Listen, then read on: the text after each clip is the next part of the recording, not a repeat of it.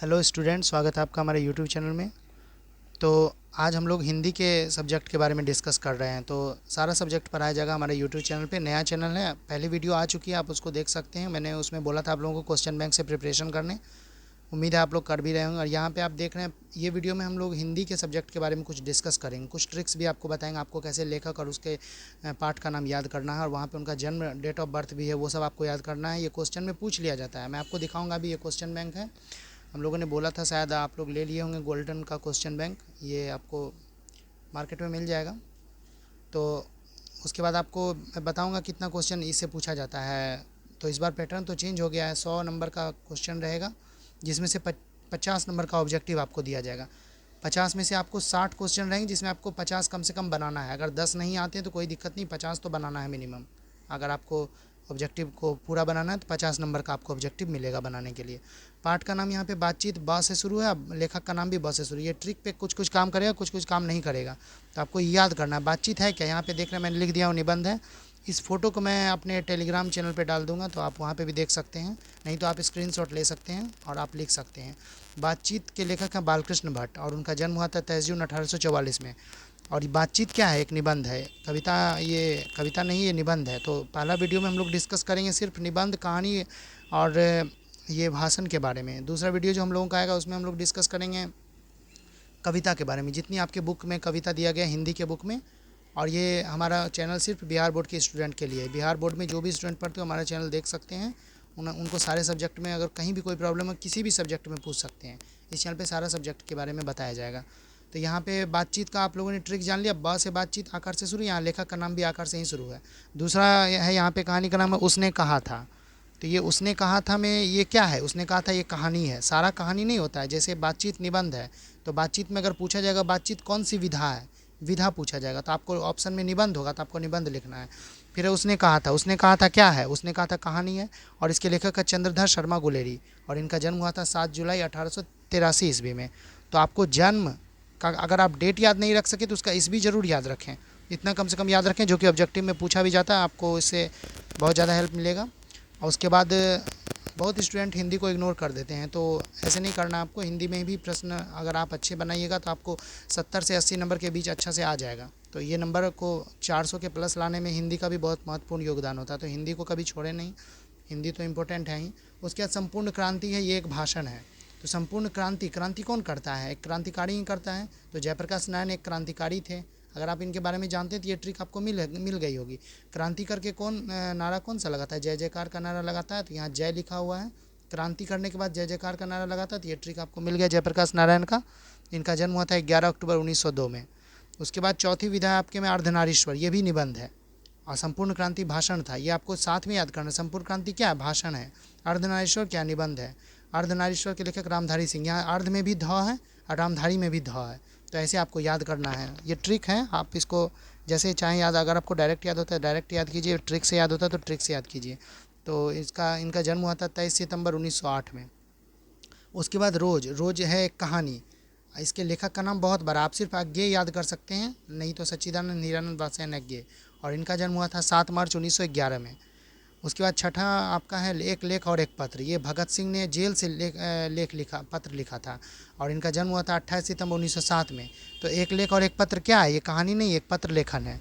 तो विधा पूछेगा तो आप पत्र लेखन लिखिएगा। विधा क्या होती है, मैं फिर से बता रहा हूँ। विधा होता है जैसे कि रोज है, रोज क्या है कि क्या चीज़, किसी चीज़ का निबंध है, क्या कहानी है। तो ये कहानी है तो इसके नीचे कहानी लिखा हूँ। एक लेख और एक पत्र लेखन है, तो ये पत्र लेख लिखा हूँ। और ये पत्र भगत सिंह ने जेल से लिखा था। 28 सितंबर 1907 ईस्वी में इनका जन्म हुआ था, भगत सिंह का। उसके बाद ओ सदा नीरा क्या है, ओ सदा नीरा निबंध है, और इसके निबंध के लेखक कौन है, जगदीश चंद्र माथुर। तो आप चाहें तो याद भी कर सकते हैं। ओ सदा नीरा जगदीश चंद्र माथुर है, 16 जुलाई 1917 में इनका जन्म हुआ था। उसके बाद हम आगे बढ़ते हैं, सिपाही की माँ। सिपाही की माँ है एक नाटक है, जिसको एकांकी बोलते हैं, एकांकी नाटक को ही बोलते हैं। तो सिपाही की माँ, मौ से अंतिम शुरू होता है, और इनके लेखक का नाम भी मौ से शुरू होता था। आप याद रख सकते हैं मोहन राकेश। और बाकी किसी भी लेखक का नाम इसमें मौ से शुरू नहीं हुआ है, तो आप इसमें आपको कन्फ्यूज़न भी नहीं होगा। तो सिपाही की माँ, मौ से माँ लास्ट में और मोहन राकेश शुरू में है, तो माँ से मोहन राकेश आप याद कर सकते हैं। इनका जन्म 8 जनवरी 1925 में, किनका, मोहन राकेश का। प्रगीत और समाज एक निबंध है, ये 9वां नंबर में है। और ये इनके लेखक है नामवर सिंह। तो प्रगीत और समाज ये निबंध है, 9 से निबंध और 9 से नंबर सिंह। अगर आप इसको निबंध इसका याद कर सकते हो तो आपको निबंध से नंबर सिंह याद हो जाएगा। तो ये भी एक ट्रिक मिल गई। इनका जन्म हुआ था 28 जुलाई 1927 ईस्वी में। उसके बाद जूठन। जूठन एक आत्मकथा। आत्मकथा का मतलब होता है अपने बारे में कोई कथा, कोई जैसे ओम प्रकाश वाल्मीकि इसके लेखक हैं, तो ओम प्रकाश वाल्मीकि ने अपने बारे में ये लिखा है, तो ये एक सच्ची कहानी है, मतलब अपना आत्मकथा है। तो जूठन ओम प्रकाश वाल्मीकि, और इनका जन्म 30 जून 1950 ईस्वी को। उसके बाद हंसते हुए मेरा अकेलापन। हंसते हुए मेरा अकेलापन यहाँ पे लिखा गया है। ये एक डायरी है। डायरी मतलब अपने बारे में ही लिखा जाता है। एक डायरी में जो लिखा जाता है वो हंसते हुए मेरा अकेलापन। और ये मलयज इसके लेखक है। मलयज का ईस्वी का पता तो है लेकिन उसका तारीख नहीं दिया गया बुक में, तो आपको यहाँ पे याद रखना होगा कि उनका जन्म 1935 ईस्वी में हुआ था, बस इतना ही याद रखना है। उसके बाद तिरिच। तिरिच एक कहानी है और इसके लेखक है उदय प्रकाश। तिरिच कहानी के लेखक उदय प्रकाश, और 1 जनवरी 1952 में। तिरिच एक कहानी है। उसके बाद शिक्षा लास्ट। ये एक संभाषण है। संभाषण भाषण का ही एक बड़ा रूप है। इसके लेखक है जे कृष्णमूर्ति, और कभी कभी क्वेश्चन में इनका पूरा नाम भी पूछ दिया जाता है, तो जिद्दू कृष्णमूर्ति बोलते हैं इनको। 12 मई 1895 में इनका जन्म हुआ था। तो आपको जिद्दू कृष्णमूर्ति याद रखना है। जे कृष्णमूर्ति कम ही याद रखें, जिद्दू कृष्णमूर्ति याद रखें। ये जिद्दू ये पूछ दिया जाता है, तो इतना आपको याद करना है। मैंने पूरा लिख दिया है, इतना आपको याद करना है। उसके बाद आपको मैं दिखाता हूँ क्वेश्चन बैंक में इससे क्वेश्चन कितना फंसता है, क्या ये इंपॉर्टेंट अगर इतना है तो क्वेश्चन तो आना चाहिए इससे। तो ये देखिए मैं आपको दिखाता हूँ क्वेश्चन बैंक। आप यहाँ पे देख सकते हैं, आप वीडियो को पॉज या जूम करके देख सकते हैं। यहाँ पे 12 नंबर का क्वेश्चन में लिखा हुआ है उदय प्रकाश का जन्म कहाँ हुआ था। यहाँ पे आप देख सकते हैं उदय प्रकाश का जन्म कब हुआ था। तो उदय प्रकाश यहाँ पे मैंने लिखा हुआ है उदय प्रकाश के बारे में, आपको मैं दिखाता हूँ। यहाँ पे उदय प्रकाश, यहाँ पे देखिए तिरिच, यहाँ पे उदय प्रकाश से जन्म कब हुआ था 1 जनवरी 1952 में। तो इसी से आपको इसमें मिल जाएगा। तो अगर आप ये याद किए होंगे तो आप परीक्षा में दे सकते हैं। 2021 का क्वेश्चन है, 22 का नहीं है, 21 का। 22 का पूछेगा भी नहीं। उदय प्रकाश का जन्म कब हुआ था, यहाँ पे आप लिख सकते हैं। इसका आंसर है 1900, ये है 1952 ईस्वी में। तो आपको डेट याद करने की जरूरत नहीं, ईस्वी भी याद करेंगे तो चलेगा। तो उदय प्रकाश का जन्म का हो गया। उसके बाद दूसरा है ये तिरिच किस प्रकार की रचना है। तो तिरिच कहानी अगर आप पढ़ेंगे तो इसके बारे में आप लिख देंगे। उसके बाद दूसरा क्वेश्चन यहाँ पे पूछा जे कृष्णमूर्ति का पूरा नाम क्या है। तो मैंने अभी आपको बताया था जे कृष्णमूर्ति का पूरा नाम है जिद्दू कृष्णमूर्ति। यहाँ पे है जद, जिद्दू, जिद, असज्जनद। यहाँ पे जिद्दू है तो बी नंबर इसका आंसर होगा। और उसके बाद दिखाता हूँ आपको एक और, इससे बहुत सारा क्वेश्चन पूछा गया है। 41 नंबर में आप देखेंगे तो यहाँ पूछा गया अर्धनारीश्वर शीर्षक पाठ के लेखक कौन है। तो हम लोगों ने अर्धनारीश्वर के बारे में तो देखा है अर्ध ध से, और यहाँ रामधारी सिंह ध से। तो अर्धनारीश्वर के लेखक रामधारी सिंह दिनकर है। तो यहाँ पे यहाँ से भी एक नंबर आपको मिल सकता है।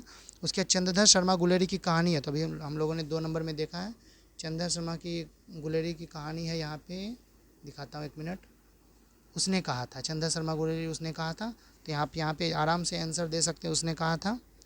उसके बाद शिक्षा शीर्षक निबंध के रचनाकार कौन है। तो शिक्षा के रचनाकार कौन है, यहाँ पे जिद्दू कृष्णमूर्ति है। तो आप यहाँ पे जे कृष्णमूर्ति दे सकते हैं। जे और जिद्दू दोनों आपको याद रखना है। उसके बाद सिपाही की माँ के रचयिता कौन है। सिपाही की माँ के रचयिता है मोहन राकेश। तो यहाँ पे मोहन राकेश माँ है और मोहन, ये दोनों आपको ट्रिक से याद करना है। मोहन राकेश है, ये सब पूछ दिया जाता है। तो 21 का क्वेश्चन आने का चांस है, 21, 20 और 18। ये 3 ईयर का क्वेश्चन आपको आराम से देखना है। ओ सदा नीरा किस विधा के अंतर्गत है। यहाँ मैंने विधा की चर्चा की थी। विधा का मतलब क्या होता है, ओ सदा नीरा क्या है, यहाँ पे आप देख सकते हैं। ओ सदा नीरा यहाँ पे मैं दिखा रहा हूँ। ओ सदा नीरा एक निबंध है, यहाँ पे देखिए। ओ सदा नीरा एक निबंध है। तो ओ सदा नीरा निबंध है। तो यहाँ पे ओ सदा नीरा एक निबंध है। यहाँ पे आपको नाटक, निबंध, आत्मकथा, कहानी, तो निबंध पे आपको सही उत्तर लगाना है। और अंतिम क्वेश्चन है जयप्रकाश नारायण रचित पाठ का नाम क्या है। तो जयप्रकाश नारायण तो क्या लिखे हैं, जयप्रकाश नारायण, जयप्रकाश नारायण संपूर्ण क्रांति लिखे हैं। तो ये संपूर्ण क्रांति इसका आंसर हो जाएगा। और अगर आपने ये पूरा याद कर लिया तो आपको बहुत सारा क्वेश्चन का आंसर इसी में मिल जाएगा। तो वीडियो अगर हेल्पफुल लगे तो वीडियो को लाइक करें। सेकंड वीडियो जो आएगी वो कल या परसों में डाल दूंगा। उसमें आपको बताऊंगा कहानी के बारे में, जितनी भी हिंदी में कहानी पूछी गई है, सॉरी कविता के बारे में बताऊंगा। कहानी तो मैंने आज बता दिया। जितनी भी हिंदी के बुक्स में कविता है उसका लेखक का नाम और उनका जन्म कब हुआ था। आप 1 मिनट के लिए वीडियो को पॉज करके इनका जन्म और सब एक जगह पे कॉपी में आप लिख सकते हैं। तो अगर वीडियो अच्छी लगे तो वीडियो को लाइक करें, चैनल को सब्सक्राइब करें। नेक्स्ट वीडियो बहुत जल्द आ जाएगी। और कोई भी प्रॉब्लम हो तो कमेंट करके ज़रूर पूछें।